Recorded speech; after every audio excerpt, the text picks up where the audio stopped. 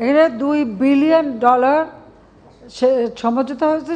কিছু হবে সুদমুক্ত ঋণ, কিছু থাকবে একেবারে অনুদান। আমার নাম ফরিদ হোসেন, আমি ইউএনবির সম্পাদক। আমি আমার সহকর্মীর প্রশ্নটার সূত্র ধরে আমি একটু বলতে চাই। এটা যে কারণ হয়েছে, দুটো কারণে আমার মনে হয়েছে যে এই ঘটনাটা ঘটেছে।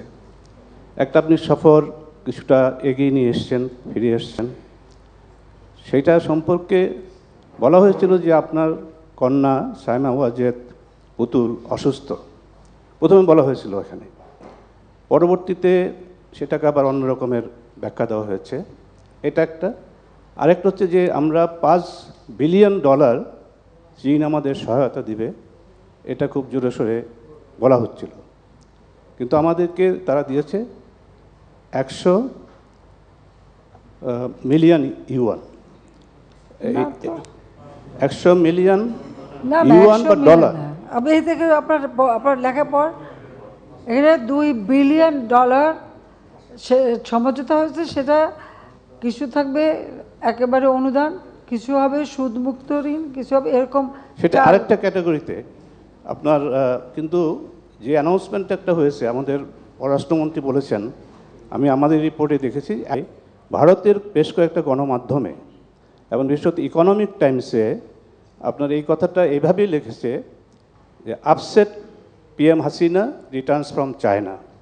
এবং এই ধরনের প্রচারটা কিন্তু ভারতের গণমাধ্যমে বেশি হচ্ছে, এবং তারা এই কথাগুলো উল্লেখ করছে যে এটা হয় নাই, ওটা হয় নাই।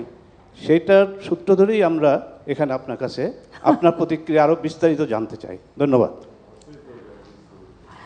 তাহলে একটা বলতে হয় যে, জিজ্ঞেস করতে হয় যে ভারতের গণমাধ্যমের কথা শুনে এখন আমাদের এখানে যারা কথা বললেন, এরা তো আবার 2 দিন আগে বলছে যে ভারতের কাছ থেকে সব বিক্রি করে দিয়ে আসছি এবং চুক্তি করে আসছি, ভারত কি দেশ বিক্রি চুক্তিও করে আসছি।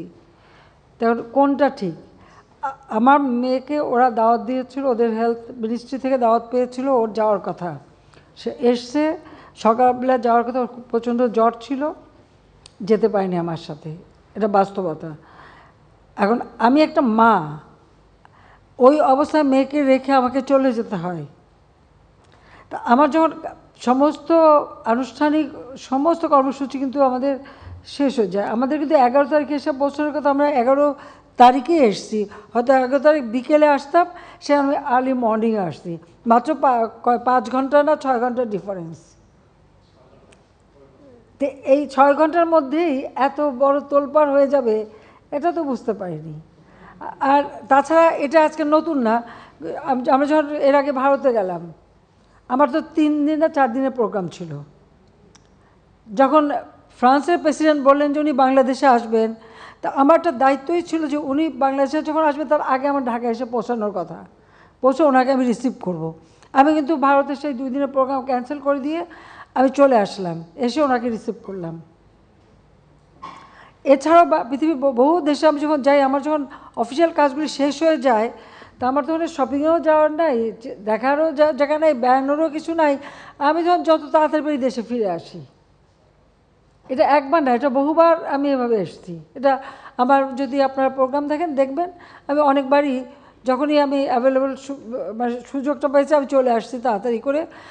যাই না, আমার মনে হয় আমি দেশে ফিরে যাই। আর সেবার তো এসছি ওই কারণেই। আর তাও তো আমরা সব প্রোগ্রাম শেষ করছি, 5টার মধ্যে কাজ শেষ, রাত 10টায় আমাদের ফ্লাইট। আমরা এখানে এসে পৌঁছালাম চীনের সময় রাত 2:30, আর 2 ঘন্টা আমরা মানে সময় পেলাম, আমরা আগে এসে পৌঁছালাম।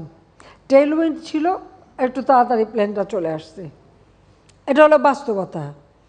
এটাকে এত রং চং মাখায় এত কিছু বলা, তো যারা এই সব কথাগুলি বলে তাদেরকে যেন দেশবাসী একটু চিনে রাখে যে তারা এই ধরনের বানোয়াট কথাই বলে। আর ভারতের পত্রিকা কী লিখেছে সেটা নিয়ে আবার মাথা ব্যথা না, তবে যারা ভারত বিরোধী বক্তৃতা দিয়ে আবার ভারতের লেখা পড়ে আবার কমেন্ট করে, তো তাদের নীতিটা কী সেটা একটু বোঝা উচিত। নগদের কাছে সব গ্রাহকই প্রিয়, তাই তো সারা দেশে ক্যাশ আউট চার্জ সবচেয়ে কম।